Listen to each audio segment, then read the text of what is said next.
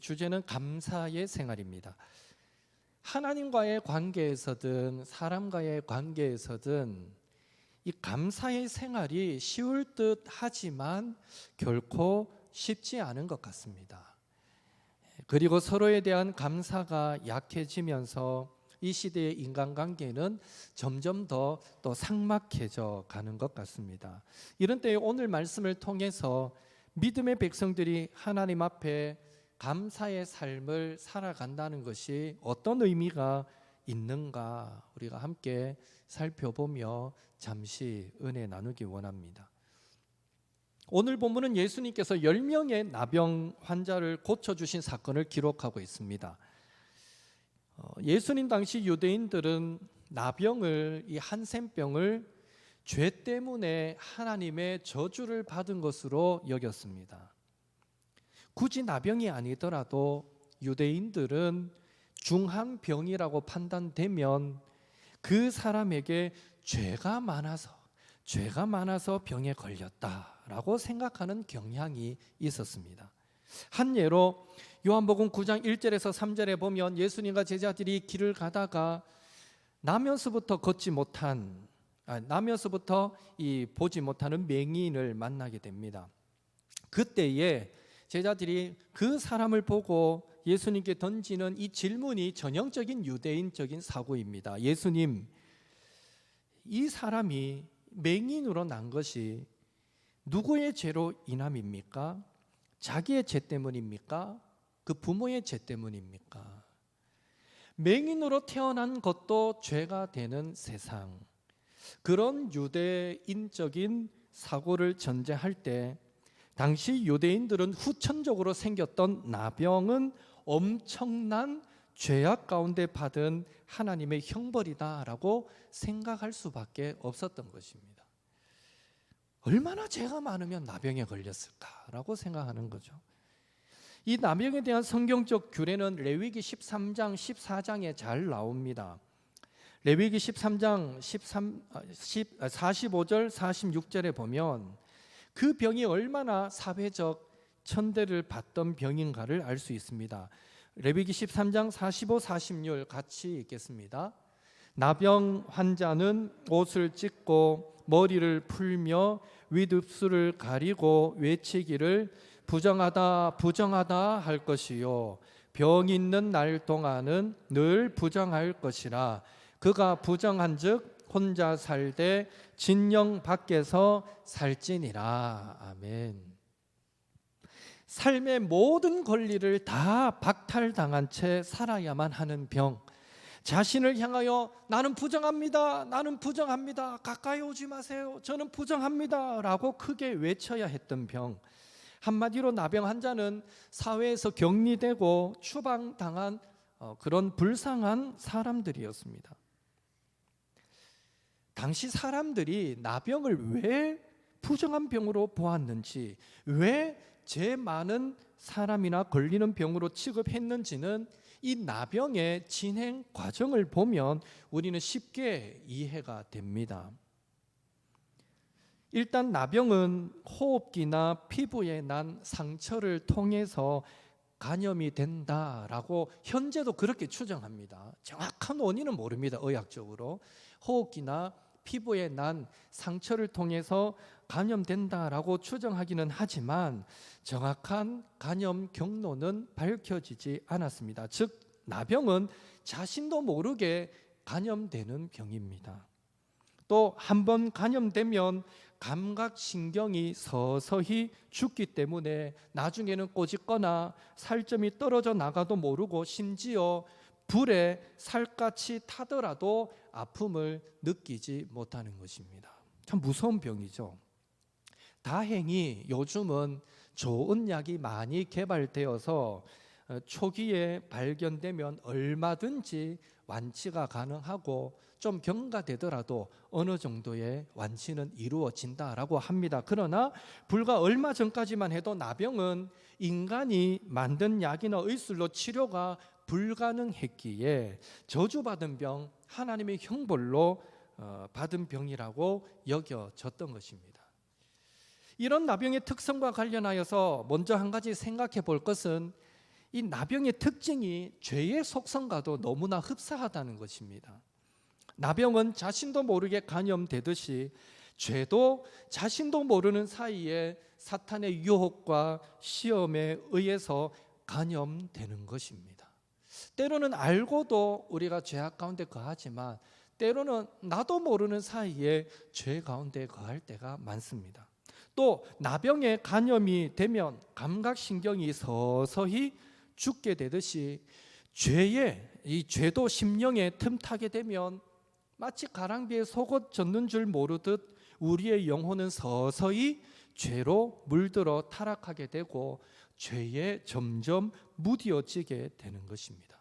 그리고 한때 나병이 불치의 병이었듯이 죄로 물든 사람은 인간적인 그 어떤 노력으로도 죄에서부터 자신을 구원할 수 없는 것입니다. 이렇듯 나병과 죄의 속성이 비슷하기에 어떤 사람들은 죄에 무뎌진 심령을 가리켜 영적인 나병에 걸렸다라고 표현하는 것이죠. 바라기는 작은 불씨가 온 산을 태우듯이 죄는 아무리 작은 것일지라도 우리의 영혼을 절망을 넘어 사망에 이르도록 할 수 있다라는 사실을 꼭 기억하시고, 날마다 생명의 말씀으로 죄에 무뎌지기 쉬운 우리의 심령을 기경하여서 작은 죄에도 민감하게 반응하는 거룩하고 정결한 심령을 지켜가시는 우리 욕토의 성도님들이 되시기를 예수님의 이름으로 축원합니다. 하여튼 자신들의 병이 육체가 서서히 죽어가는 무서운 병임을 알고 예수님의 도움이 절실히 필요했던 이 10명의 나병 환자들은 예수님께서 이 동네에 오셨다라는 정보를 접하고는 지푸라기도 잡는 그런 심정으로 예수님을 만나러 왔습니다. 본문 12절 13절 한 번 더 같이 읽습니다. 한 마을에 들어가시니 나병 환자 10명이 예수를 만나 멀리 서서 소리를 높여 이르되 예수 선생님이여 우리를 불쌍히 여기소서 하거늘. 여기서 주의 깊게 보아야 할 부분은 나병 환자들이 예수님께 도움을 청하는 자세입니다. 우선 그들은요 지금 멀리 서서 소리를 높여 도움을 청하고 있습니다. 이는 나병 환자들이 길을 가다가 일반인들을 만날 때에 취해야 하는 율법 규정을 그대로 따른 행동으로 지금 10명의 나병 환자들은 예수님 앞에서 자신들이 얼마나 부정한 존재이며 마치 죽은 것과 같은 시체와 같은 존재인가를 시인하고 드러내고 있는 모습인 것입니다. 멀리 서서 소리부터 지르죠. 이게 규칙이거든요. 나병 환자들은 일반인들을 만나면 돌 던질 만한 거리에 떨어져 있을 동안에 저쪽에 올 때 그 전부터 미리 소리를 질러야 돼요. 나는 부정한 자입니다 하고 소리를 질러서 일반인들이 감지를 하고 피해가도록 그렇게 배려해 주는 게 나병 환자의 몫이었습니다. 그러니까 그거와 동일하게 멀찍이 서서 예수님 향해 소리를 지는 거죠. 나는 지금 부정한 자입니다. 마치 나는 죽은 것과 같은 자입니다 라고 자기를 예수님 앞에 있는 모습 그대로를 고백하고 있는 모습과도 같다라고 말할 수 있습니다. 또한 그들은요 더 이상 어떤 누구도 자신들을 도와줄 수 없고 오직 예수님만이 자신들을 도우실 수 있다라고 믿었기에 도울 수 없는 사람들을 만났을 때에는요 부정하다 부정하다라고 소리 질렀지만 오늘 자신을 도울 수 있다라고 믿었던 이 예수님 앞에서는요 예수 선생님이여 우리를 불쌍히 여기소서라고 기도의 소리를 외쳤던 것입니다. 도울 수 없는 사람을 만났을 때는요 저는 부정한 사람입니다 피해 가십시오라고 경고의 소리를 외쳤다면 도울 수 있는 예수님 앞에서는요 다윗의 자손 예수여 예수 선생님이여 우리를 불쌍히 여기소서라고 기도의 소리를 외쳤다라는 것입니다. 결국 그들의 행위와 외침은 하나님을 향한 간절한 진실된 기도였음을 우리는 알 수 있습니다. 그런 의미에서 날마다 우리 자신의 영적인 현 주소를 돌아보고 자신이 하나님 앞에 어떤 존재인가를 성찰하는 일은 오늘 우리에게도 참으로 중요한 일입니다. 왜냐하면 자기 성찰이 없는 영혼은 이내 병들기가 쉽기 때문입니다. 많은 사람들이 오랜 기간 신앙생활을 하고 목사나 장로나 권사나 집사나 중직을 맡아서 봉사하고 물질과 기도로 섬긴 것으로 자신의 영혼은 건강할 것이다 라고 생각하지만 사실 그런 것과 영혼의 건강은 별개의 문제입니다. 왜냐하면 때로는 영적 교만함과 안일함 가운데서도 성도는 봉사와 헌신과 수고를 감당할 수 있기 때문입니다. 결국 자기 성찰이 없는 가운데 이루어지는 모든 신앙 행위는 오히려 자신을 교만하고 자만하게 만들며 불평과 분열을 만들게 되지만 철저하게 자신의 영적 현주소를 깨닫고 자신은 하나님의 불쌍히 여기심이 없이는, 은혜 없이는 살 수 없는 자임을 자각한 상태에서 이루어지는 신앙 행위는 오히려 자신을 겸손하게 만들고 감사와 찬송과 화합을 가져오게 만드는 것입니다. 그러니까 자기 자신의 성찰이 참 중요한 거죠. 그렇다면 오늘 저와 여러분은 어떻습니까? 바라기는요, 이 10명의 나병 환자들처럼 우리도 주님의 도우심 없이는, 은혜 아니고는 저는 한순간도 살 수 없는 연약한 인생들이다 라는 사실을 분명히 깨달으시고 매사에 모든 일에 앞서서 주님 앞에 나아가 주여 우리를 불쌍히 여기소서 간구하심으로 풍성한 주님의 은혜를, 도우심과 치유하심을 늘 경험하며 살아가시는 우리 성도님들 되시기를 예수님의 이름으로 축복합니다. 이렇게 예수님을 찾아와 소리 높여 긍휼을 구하는 10명의 나병 환자를 향해서 예수님은요, 이 치유의 메시지는 전혀 선포하시지 않으시고 다짜고짜로 이렇게 말씀하십니다. 14절에 가서 제사장들에게 너희 몸을 보이라. 더 놀라운 사실은 그 말을 듣고 10명의 나병 환자들은 예수님 먼저 병부터 고쳐주세요 라고 말하지 않고 자신들의 병이 치유되지 않았음에도 불구하고 예수님이 제사장에 가서 몸을 보여라 말씀하셨으니 제사장에게로 가기 위한 발걸음을 옮기더라라는 것입니다. 예수님과 10명의 나병 환자가 아닌 제3자가 이 광경을 지켜보면요, 둘 다 황당한 거죠.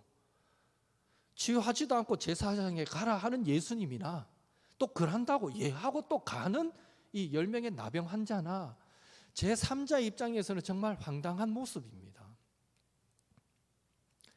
그러나 이 사실에서 우리가 알 수 있는 것은 나병 환자들이 보인 순종은 예수님을 향한 절대적인 믿음을 전제하고 있다라는 것입니다. 이는 믿음의 길을 걸어가는 저와 여러분이 본받아야 할 신앙의 자세다라고 말할 수 있습니다.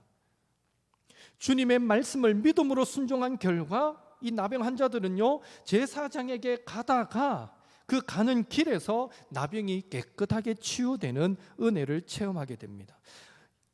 여러분의 삶 가운데도, 저와 여러분의 삶 가운데도 말씀에 순종하는 모든 순간에 예수의 능력으로 기적이 일어나게 되기를 주님의 이름으로 축복합니다. 그런데 은혜 받은 이후에 이 나병 환자들의 모습을 보면 두 가지 반응이 나타나죠. 우선 병 고침을 받은 다른 9명은요, 그 성경에 더 이상 그들의 행동이 어땠다라고 기록하지 않습니다. 충분히 추측할 수 있는 것은 그 당시의 정결법에 따라서 그들은 제사장에게로 가다가 병이 나은 것을 스스로 확인하고는 너무나 기쁜 나머지 빨리 제사장에 가서 자신의 그 회복되었음을 보여주고 그토록 보고 싶었던 가족들에게 돌아가고 싶은 마음에 가던 그 길을 더 빨리 재촉해서 갔을 것입니다. 그런데 유독 한 사람은 다른 반응을 보였습니다. 15절 16절 같이 읽습니다. 그 중에 한 사람이 자기가 낳은 것을 보고 큰 소리로 하나님께 영광을 돌리며 돌아와 예수의 발 아래에 엎드려 감사하니 그는 사마리아 사람이라. 한 명의 사마리아 사람도 왜 자신도 빨리 제사장에게 가서 자신의 병 나음을 보이고 가족에게 돌아가고 싶지 않았겠습니까? 얼마든지 자신도 그런 마음이 가득했겠지만, 그러나 그는요, 가던 길을 멈추고 돌아서서 예수님께 와서 감사하는 모습을 보게 됩니다. 이제 막 나병에서 치유되었고 가진 것도 하나 없었기에 그 사마리아 사람은 예수님께 어떤 물질로 감사를 표현할 수는 없었겠지만, 하나님께 영광을 돌리는 것으로, 하나님께서 행하신 이 놀라운 일에 기뻐하고 즐거워하고 감사하는 것으로 감사를 예수님께 표현했던 것입니다. 중요한 사실은 예수님께서 그 사마리아 사람의 감사를 기쁘게 받으셨다라는 것입니다. 그런 의미에서 저와 여러분은 매일의 삶 속에 얼마나 주님께 감사를 표현하며 살아가고 계십니까? 우리가 하나님께 기도한 크고 작은 것들이 때로는 우리가 인지하는 가운데, 때로는 우리가 또 기억지도 못하는 사이에 응답이 될 때가 많습니다. 심지어 우리의 기도하는 것보다 더 크게 응답하여 주심에도 불구하고 때때로 우리는 무엇을 기도하였는지 잊어버리고 기억조차 하지 못할 때도 있고요, 또 설령 기억하더라도 마땅히 하나님께 드려야 할 감사를 또 미룰 때도 많은 것을 보게 됩니다. 바라기는 미뤄진 감사는 그만큼 그 감사의 깊이가 얕아질 수밖에 없습니다. 또 우리의 감사 생활이 자기 성찰과 하나님의 은혜에 대한 깨달음의 척도가 된다라는 사실을 기억하여서 매일의 삶 속에 작은 부분에까지 미치는 하나님의 그 은혜, 하나님의 사랑을 성령 안에서 풍성하게 깨달으시고 베푸신 은혜에 대한 감사의 고백이 끊이지 않는 저와 여러분이 될 수 있기를 예수님의 이름으로 축복합니다. 여러분, 하루를 시작하면서 하나님, 오늘 하루도 안전할 수 있도록, 내 하는 일들을 잘 감당할 수 있도록, 오늘 하루 우리 가족들 각자의 자리에서 최선을 다해 살 수 있도록 도와주세요.